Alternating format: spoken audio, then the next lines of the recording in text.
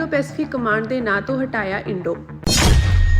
ਵਿਵਾਦਿਤ video ਮਾਮਲੇ ਵਿੱਚ ਅਕਾਲੀ ਦਲ ਵਾਰਿਸ ਪੰਜਾਬ ਦੇ ਵੱਲੋਂ ਪੰਜਾਬ ਭਰ ਵਿੱਚ ਪ੍ਰਦਰਸ਼ਨ, ਮਾਨ ਸਰਕਾਰ ਖਿਲਾਫ ਕੀਤੀ ਗਈ ਨਾਅਰੇਬਾਜ਼ੀ। ਸਿੱਖ ਧਰਮ ਤੇ ਸੰਸਥਾਵਾਂ ਵਿੱਚ ਦਖਲਅੰਦਾਜ਼ੀ ਦਾ ਦੋਸ਼, ਸਰਦਾਰ ਸਿਮਰਨਜੀਤ ਸਿੰਘ ਮਾਨ ਨੇ ਆਰਐਸਐਸ ਅਤੇ ਬੀਜੇਪੀ ਤੇ ਸਾਧਿਆ ਨਿਸ਼ਾਨਾ।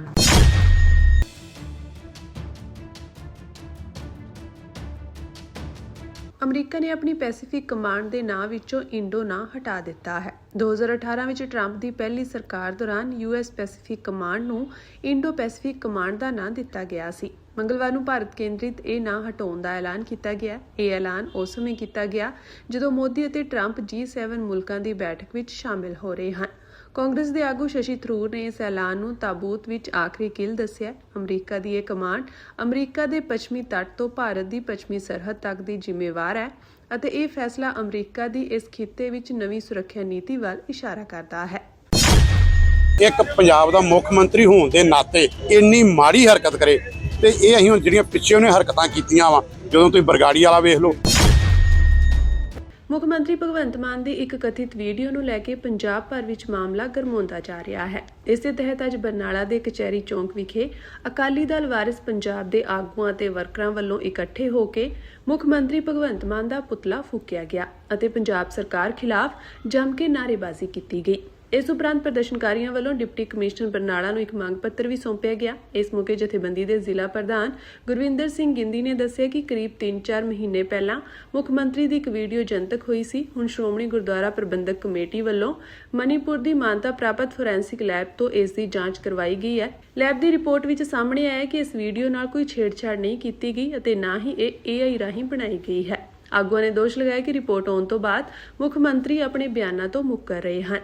ਉਨ੍ਹਾਂ ਮੰਗ ਕੀਤੀ ਕਿ ਇਸ ਮਾਮਲੇ ਦੀ ਨਿਰਪੱਖ ਜਾਂਚ ਲਈ ਮੁੱਖ ਮੰਤਰੀ ਨੂੰ ਤੁਰੰਤ ਅਸਤੀਫਾ ਦੇਣਾ ਚਾਹੀਦਾ ਹੈ ਅਤੇ ਉਨ੍ਹਾਂ ਖਿਲਾਫ ਬੇਅਦਬੀ ਦੇ ਕਾਨੂੰਨ ਤਹਿਤ ਮੁਕੱਦਮਾ ਦਰਜ ਹੋਣਾ ਚਾਹੀਦਾ ਹੈ।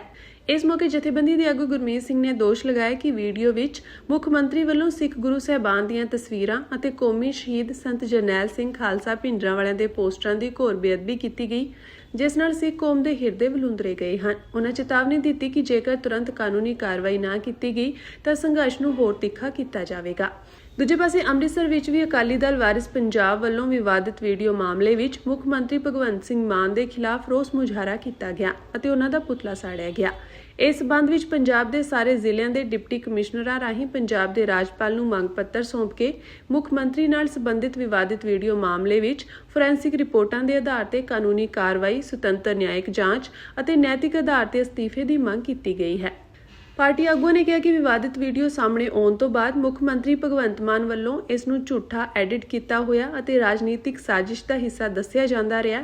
ਪਰ ਹੁਣ ਸ੍ਰੀ ਅਕਾਲ ਤਖਤ ਸਾਹਿਬ ਦੇ ਨਿਰਦੇਸ਼ਾਂ ਅਨੁਸਾਰ ਹੋਈਆਂ ਫੋਰੈਂਸਿਕ ਜਾਂਚਾਂ ਦੀਆਂ ਰਿਪੋਰਟਾਂ ਵਿੱਚ ਵੀਡੀਓ ਨਾਲ ਕਿਸੇ ਵੀ ਕਿਸਮ ਦੀ ਐਡੀਟਿੰਗ, ਟੈਂਪਰਿੰਗ ਅਤੇ ਡੀਪਫੇਕ ਰਾਹੀਂ ਛੇੜਛਾੜ ਹੋਣ ਦੇ ਸਬੂਤ ਸਾਹਮਣੇ ਨਹੀਂ ਆਏ ਹਨ। ਅਜਿਹੀ ਸਥਿਤੀ ਵਿੱਚ ਇਸ ਮਾਮਲੇ ਦੀ ਪੂਰੀ ਸੱਚਾਈ ਸਾਹਮਣੇ ਲਿਆਉਣਾ ਅਤੇ ਜਵਾਬਦੇਹੀ ਤੈਅ ਕਰਨਾ ਲਾਜ਼ਮੀ ਬਣ ਜਾਂਦਾ ਹੈ।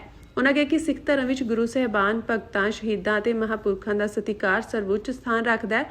ਇਸ ਲਈ ਧਾਰਮਿਕ ਭਾਵਨਾਵਾਂ ਨਾਲ ਜੁੜੇ ਕਿਸੇ ਵੀ ਮਾਮਲੇ ਵਿੱਚ ਕੋਈ ਵੀ ਵਿਅਕਤੀ ਭਾਵੇਂ ਉਹ ਕਿੰਨੇ ਵੀ ਉੱਚੇ ਅਹੁਦੇ ਤੇ ਕਿਉਂ ਨਾ ਹੋਵੇ, ਕਾਨੂੰਨ ਅਤੇ ਜਾਂਚ ਤੋਂ ਉੱਪਰ ਨਹੀਂ ਹੋ ਸਕਦਾ। ਅਕਾਲੀ ਦਲ ਵਾਰਿਸ ਪੰਜਾਬ ਨੇ ਮੰਗ ਕੀਤੀ ਹੈ ਕਿ ਫੋਰੈਂਸਿਕ ਰਿਪੋਰਟਾਂ ਅਤੇ ਉਪਲਬਧ ਤੱਥਾਂ ਦੇ ਆਧਾਰ ਤੇ ਮੁੱਖ ਮੰਤਰੀ ਭਗਵੰਤ ਸਿੰਘ ਮਾਨ ਖਿਲਾਫ ਬਣਦੀਆਂ ਕਾਨੂੰਨੀ ਧਾਰਾਵਾਂ ਤਹਿਤ ਤੁਰੰਤ ਪਰਚਾ ਦਰਜ ਕੀਤਾ ਜਾਵੇ ਅਤੇ ਇਸ ਮਾਮਲੇ ਦੀ ਜਾਂਚ ਪੰਜਾਬ ਅਤੇ ਹਰਿਆਣਾ ਹਾਈ ਕੋਰਟ ਦੇ ਕਿਸੇ ਮੌਜੂਦਾ ਜੱਜ ਦੀ ਨਿਗਰਾਨੀ ਹੇਠ ਸੁਤੰਤਰ, ਨਿਰਪੱਖ ਅਤੇ ਸਮਾਂਬੱਧ ਢੰਗ ਨਾਲ ਕਰਵਾਈ ਜਾਵੇ। ਜਾਂਚ ਦੀ ਨਿਰਪੱਖਤਾ ਨੂੰ ਯਕੀਨੀ ਬਣਾਉਣ ਲਈ ਮੁੱਖ ਮੰਤਰੀ ਭਗਵੰਤ ਮਾਨ ਨੂੰ ਨੈਤਿਕ ਆਧਾਰ ਤੇ ਆਪਣੇ ਅਹੁਦੇ ਤੋਂ ਅਸਤੀਫਾ ਦੇ ਦੇਣਾ ਚਾਹੀਦਾ ਹੈ। ਜਿਹੜਾ ਅੱਜ ਪੁਤਲਾ ਫੂਕਿਆ ਗਿਆ, ਇਹ ਵੇਖੋ ਬਹੁਤ ਵੱਡੀ ਕਾਨੂੰਨੀ ਹਰਕਤ ਕੀਤੀ ਜੋ ਪਿਛਲੇ ਸਮੇਂ ਸਾਡੇ ਪੰਜਾਬ ਦੇ ਮੁੱਖ ਮੰਤਰੀ ਨੇ, ਔਰ ਸ੍ਰੀ ਅਕਾਲ ਤਖਤ ਸਾਹਿਬ ਦੇ ਆ ਕੇ ਮੁੱਕਰ ਕੇ ਗਿਆ ਉੱਥੇ ਵੀ ਉਹ ਜਿਹੜੀ ਵੀਡੀਓ ਮੇਰੀ ਨਹੀਂ ਆ। ਲੇਕਿਨ ਉਦੋਂ ਹੀ ਜਦੋਂ ਸ੍ਰੀ ਅਕਾਲ ਤਖਤ ਸਾਹਿਬ ਦੇ ਜਥੇਦਾਰ ਨੇ ਉਹਨਾਂ 2 ਵਾਰੇ ਚਿੱਠੀਆਂ ਭੇਜੀਆਂ ਕਿ ਵੀਡੀਓ ਦੀ ਸਰਕਾਰ ਕਿਸੇ ਵੀ 2 ਲੈਬਾਂ ਕੋਲ ਜਾਂਚ ਕਰਾ ਲੇ, ਲੇਕਿਨ ਇਹਨਾਂ ਜਾਂਚ ਨਹੀਂ ਕਰਾਈ। ਜਦੋਂ ਉਹਦੀ ਲੈਬਾਂ ਦੇ ਵਿੱਚ ਜਾਂਚ ਹੋਈ ਆ, ਉਹ ਸਹੀ ਪਾਈ ਗਈ, ਸਾਡੇ ਮਨਾਂ ਨੂੰ ਬਹੁਤ ਠੇਸ ਪਹੁੰਚੀ ਹੈ। ਕਿਉਂਕਿ ਇੱਕ ਪੰਜਾਬ ਦਾ ਮੁੱਖ ਮੰਤਰੀ ਹੋਣ ਦੇ ਨਾਤੇ ਇੰਨੀ ਮਾੜੀ ਹਰਕਤ ਕਰੇ ਤੇ ਇਹ ਅਸੀਂ ਹੁਣ ਜਿਹੜੀਆਂ ਪਿੱਛੇ ਉਹਨੇ ਹਰਕਤਾਂ ਕੀਤੀਆਂ ਵਾ, ਜਦੋਂ ਤੁਸੀਂ ਬਰਗਾੜੀ ਵਾਲਾ ਵੇਖ ਲਓ, ਉੱਥੇ ਵੀ ਇਹ ਸ਼ਰਾਬ ਪੀ ਕੇ ਗਿਆ। ਫਿਰ ਉਸ ਤੋਂ ਪਿੱਛੇ ਇੱਕ ਜਦੋਂ ਇਹ ਗਾਉਣ ਵਜਾਉਣ ਵਾਲਾ ਢੋਲਕੀ ਚਮਟਿਆਂ ਵਾਲਾ ਕੰਮ ਕਰਦਾ ਹੁੰਦਾ ਸੀ, ਉਦੋਂ ਇੱਕ ਸਟੇਜ ਤੇ ਨੇ ਕਿਹਾ ਸੀ ਰਾਜ ਕਰੇਗਾ ਖਾਲਸਾ, ਮਰਾਸੀ ਰਹੇ ਨਾ ਕੋਈ। ਕਿੰਨੀ ਕਾਨੂੰਨੀ ਔਰ ਮਾੜੀ ਹਰਕਤ ਆ, ਜੋ ਇਹਦੇ ਅੰਦਰ ਆ ਨਾ ਉਹ ਬਾਹਰ ਆਉਣ। ਵੇਖੋ 3 ਦਿਨ ਹੋ ਗਏ ਵੀਡੀਓ ਦੇ ਉੱਤੇ ਔਰ ਸ੍ਰੀ ਅਕਾਲ ਤਖ਼ਤ ਨੂੰ ਫੈਸਲਾ ਸੁਣਾਏ ਨੂੰ ਜੇ ਵੀਡੀਓ ਨੂੰ ਉਹੀ ਚੈਲੰਜ ਕਿਉਂ ਨਹੀਂ ਕੀਤਾ? ਹਾਈ ਕੋਰਟ ਚੈਲੰਜ ਕਰਨ, ਸੁਪਰੀਮ ਕੋਰਟ 'ਚ ਵੀਡੀਓ ਚੈਲੰਜ ਕਰਨ ਜਾ ਕੇ ਵੀ ਇਹ ਗਲਤ ਜਾਂਚ ਹੋਈ ਹੈ ਇਹਦੀ। ਜਿਹੜੀ ਇੱਕ ਲੈਬ ਨੇ, ਲੈਬ ਕੌਣ ਆ ਜਿਹਨੂੰ ਸੁਪਰੀਮ ਕੋਰਟ ਵੀ ਮੰਨ ਰਹੀ ਆ? ਅਸੀਂ ਤਾਂ ਨਹੀਂ ਕਹਿ ਰਹੇ, ਜਾਂ ਅਕਾਲ ਤਖ਼ਤ ਸਾਹਿਬ ਦੇ ਜਥੇਦਾਰ ਤਾਂ ਨਹੀਂ ਕੀਤੀ ਉਹਦੀ ਜਾਂਚ ਤੇ ਲੈਬ ਨੇ ਕੀਤੀ ਆ ਨਾ। ਲੈਬ ਦੇ ਉੱਤੇ ਪਰਚਾ ਕਰੋ, ਕਿਉਂ ਨਹੀਂ ਕਰਾ ਰਹੇ? ਐਸਜੀਪੀਸੀ ਤੋਂ ਇਲਾਵਾ ਕਈ ਜਥੇਬੰਦੀਆਂ ਉਹਨਾਂ ਦੇ ਹੱਕ 'ਚ ਨਿਕਲਦੀਆਂ ਹੋਈਆਂ ਨਜ਼ਰ ਆ ਰਹੀਆਂ, ਉਹਨਾਂ ਬਾਰੇ ਕੀ ਦੱਸੋਗੇ? ਵੇਖੋ ਜੀ, ਇੱਥੇ ਸ਼ੁਰੂ ਤੋਂ ਚੱਲਦਾ ਆ, ਪੰਜਾਬ ਨਾਲ ਹਰ ਕੋਈ ਨਹੀਂ ਖੜਦਾ। ਇੱਥੇ ਇਦਾਂ ਦੇ ਵੀ ਹੈਗੇ ਜਿਹਨੇ ਪੱਗਾਂ 'ਚ ਸਿਰ ਫਸਾਏ ਆ ਔਰ ਪੰਜਾਬ ਨੂੰ ਵੇਚਿਆ ਵਾ। ਅਸੀਂ ਪੰਜਾਬ ਨਾਲ ਕਦੀ ਵੀ ਇਹੋ ਜਿਹਾ ਕਾਨੂੰਨੀ ਹਰਕਤ ਕਰਨ ਵਾਲਾ ਜਿਹੜਾ ਪੰਜਾਬ ਦਾ ਮੁੱਖ ਮੰਤਰੀ ਹੋਊਗਾ ਨਾ ਤਾਂ ਉਹਨੂੰ ਐਕਸੈਪਟ ਕਰਾਂਗੇ। ਅਸੀਂ ਹੁਣ ਵੀ ਕਹਿੰਦੇ ਉਹਨੂੰ ਤੁਰੰਤ ਉਹਨੇ ਆਪਣੇ ਅਹੁਦੇ ਤੋਂ ਅਸਤੀਫਾ ਦੇ ਕੇ ਇਹਦੀ ਜਾਂਚ, ਜੇ ਉਹ ਚਾਹੁੰਦਾ ਵੀ ਇਹ ਨਹੀਂ ਸਹੀ। ਪਹਿਲੀ ਤਾਂ ਗੱਲ ਵੇਖੋ, ਸ੍ਰੀ ਅਕਾਲ ਤਖ਼ਤ ਸਾਹਿਬ ਨੂੰ ਮਾਣ ਆ। ਅਕਾਲ ਤਖ਼ਤ ਸਾਹਿਬ ਬੜੀ ਵੱਡੀਆਂ ਜਿਹਨਾਂ ਗਲਤੀਆਂ ਕੀਤੀਆਂ ਉਹਨਾਂ ਨੂੰ ਬਖਸ਼ ਦਿੰਦੇ ਆ, ਤੇ ਉਹਨਾਂ ਨੂੰ ਆ ਕੇ ਗੱਲ 'ਚ ਪਰਨਾ ਹਜ਼ੂਰੀਆ ਪਾ ਕੇ ਸ੍ਰੀ ਅਕਾਲ ਤਖ਼ਤ ਸਾਹਿਬ ਤੇ ਪੇਸ਼ ਹੋ ਕੇ ਆਪਣੀ ਮਾਫੀ, ਜੇ ਗਲਤੀ ਕੀਤੀ ਆ ਤੇ ਮਾਫੀ ਮੰਗ ਲੈਣੀ ਚਾਹੀਦੀ ਆ। ਅਸੀਂ ਤਾਂ ਪਿੱਛੇ ਵੀ ਕਹਿੰਦੇ ਆ, 2 ਦਸੰਬਰ ਨੂੰ ਜਿਹੜਾ ਫੈਸਲਾ ਹੋਇਆ ਹੈ, ਸੁਖਬੀਰ ਬਾਦਲ ਮੰਨ ਕੇ ਮੁੱਕਰਿਆ ਵਾ। ਅਸੀਂ ਤੇ ਅਕਾਲ ਤਖ਼ਤ ਸਾਹਿਬ ਦੇ ਜਥੇਦਾਰ ਨੂੰ ਬੇਨਤੀ ਕਰਦੇ ਆ ਵੀ ਉਹਨਾਂ ਨੂੰ ਵੀ ਇਸੇ ਤਰ੍ਹਾਂ, ਜਿਸ ਤਰ੍ਹਾਂ ਤੁਸੀਂ ਇਹਨੂੰ ਪੰਥ ਦੋਖੀ ਐਲਾਨਿਆ, ਤੇ ਸੁਖਬੀਰ ਬਾਦਲ ਨੂੰ ਵੀ ਉਸੇ ਕਟਹਿਰੇ 'ਚ ਲੈ ਕੇ ਖੜਾ ਕਰੋ।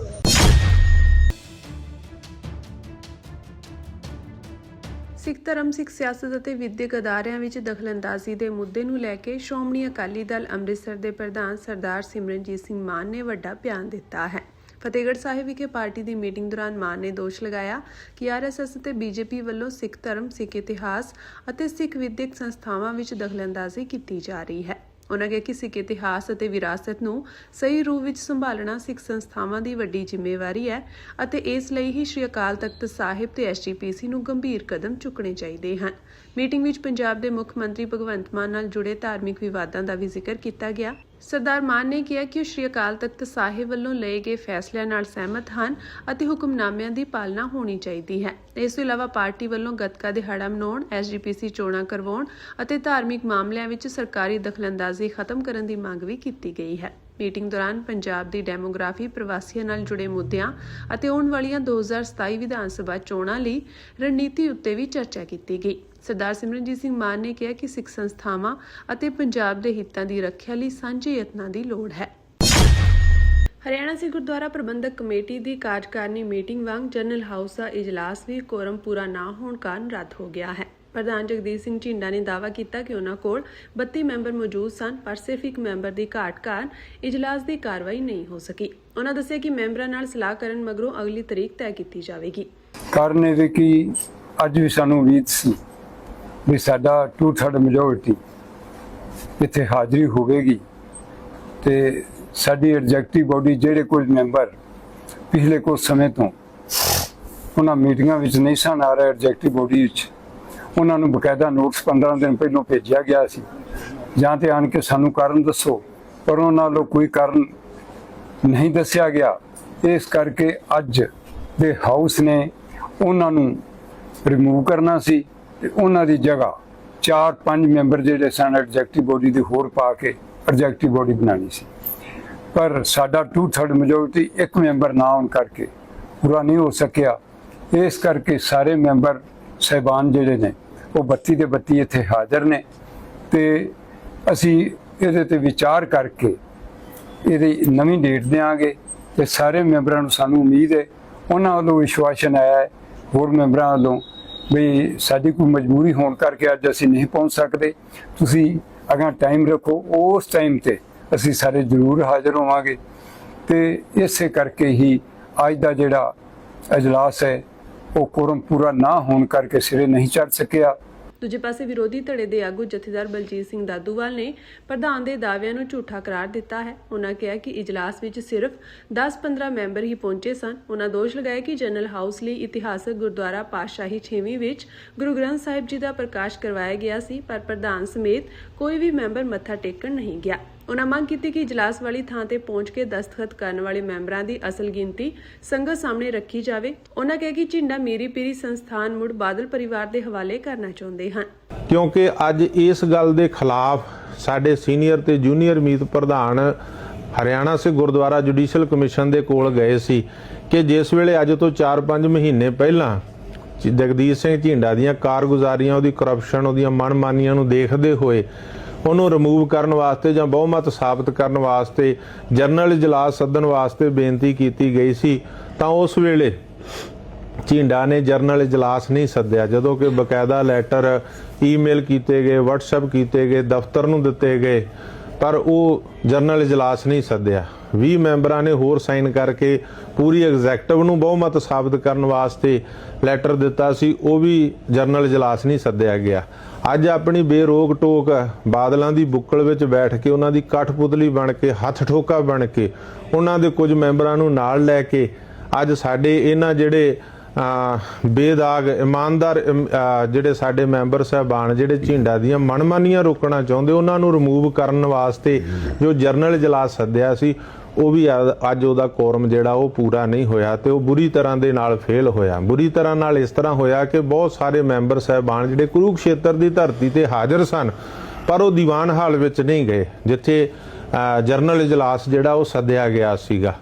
ਉਹਨਾਂ ਸਾਥੀ ਸਾਡੇ ਮੈਂਬਰ ਸਾਹਿਬਾਨਾਂ ਦਾ ਅਸੀਂ ਧੰਨਵਾਦ ਕਰਦੇ ਹਾਂ ਜਿਨ੍ਹਾਂ ਨੇ ਜਗਦੀਸ਼ ਸਿੰਘ ਝੀਂਡਾ ਦੀ ਇਸ ਐਕਟ ਵਿਰੋਧੀ ਕਾਰਵਾਈ, ਜੋ ਗੁਰਦੁਆਰਾ ਐਕਟ 2014, ਉਹ ਵਿਰੋਧੀ ਕਾਰਵਾਈ ਜਿਹੜੀ ਅੱਜ ਜਗਦੀਸ਼ ਸਿੰਘ ਝੀਂਡਾ ਆਪਣੀ ਮਨਮਾਨੀ ਕਰਨ ਜਾ ਰਿਹਾ ਸੀ ਔਰ ਜਿਹਨੂੰ ਪੂਰੀ ਖੁੱਲ੍ਹ ਦਿੱਤੀ ਸੀ ਹਰਿਆਣਾ ਸਿੱਖ ਗੁਰਦੁਆਰਾ ਜੁਡੀਸ਼ੀਅਲ ਕਮਿਸ਼ਨ ਨੇ ਵੀ ਉਹਦੀ ਇਹ ਮਨਮਾਨੀ ਕਰਨ ਵਾਸਤੇ।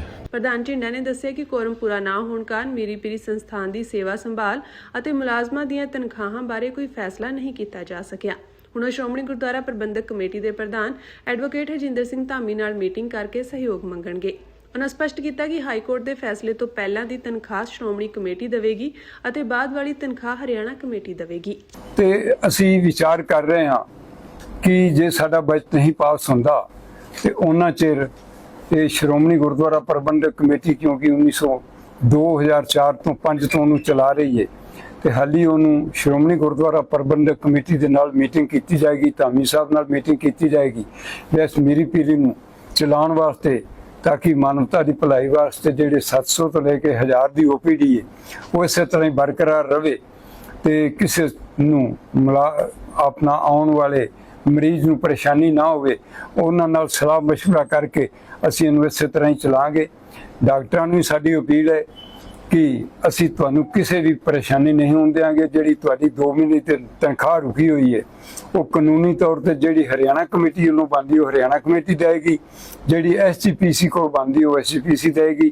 ਕਿਸੇ ਵੀ ਤਰੀਕੇ ਦੇ ਨਾਲ ਆਪਣੇ ਜਿਹੜੇ ਡਾਕਟਰ ਨੇ ਉਹਨਾਂ ਨੂੰ ਪਰੇਸ਼ਾਨੀ ਪੈਣ ਨਹੀਂ ਦਿਆਂਗੇ ਤੇ ਉਹਨਾਂ ਦੀ ਤਨਖਾਹ ਵੀ ਅਸੀਂ ਦਿਆਂਗੇ। ਅਸੀਂ ਸਾਰੇ ਡਾਕਟਰਾਂ ਨੂੰ ਵਿਸ਼ਵਾਸਨ ਦਿੰਦੇ ਹਾਂ ਤੇ ਸਾਰੇ ਮਰੀਜ਼ਾਂ ਨੂੰ ਵਿਸ਼ਵਾਸਨ ਦਿੰਦੇ ਹਾਂ, ਪਰ ਤੁਸੀਂ ਉਸੇ ਤਰ੍ਹਾਂ ਆਓ।